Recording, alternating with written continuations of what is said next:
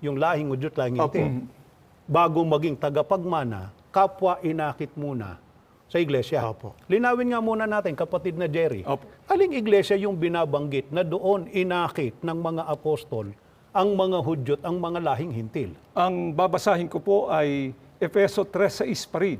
Dito po sa isang salin ng Bibliang Ingles, The Last Days Bible. Pakinggan ninyo, sa pagkakaliwat na po ito sa wikang Pilipino, ay ganito po ang ating mababasa.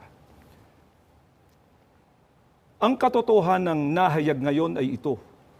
Ang mga Hintil ay maaaring maging kapwa mga tagapagmana ng Diyos kasama ng Israel.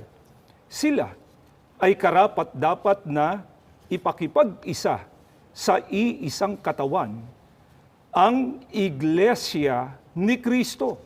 Silang lahat ay makatatanggap na ngayon ng mga pagpapalang ipinangangako ng Diyos sa dakilang balita tungkol kay Kristo. Napakaliwanag po dito sa talata ng Bibliang binasa namin sa inyo, na ang pangalan po ng iglesia na dito inakit ng mga apostol, ang mga taong kanilang pinangaralan para maging tagapagmana ng mga ipinangako ng ating Panginoong Diyos, mapabilang sa mga kinikilala ng ating Panginoong Diyos na kanyang mga anak ay walang iba kundi ang iglesia ni Kristo.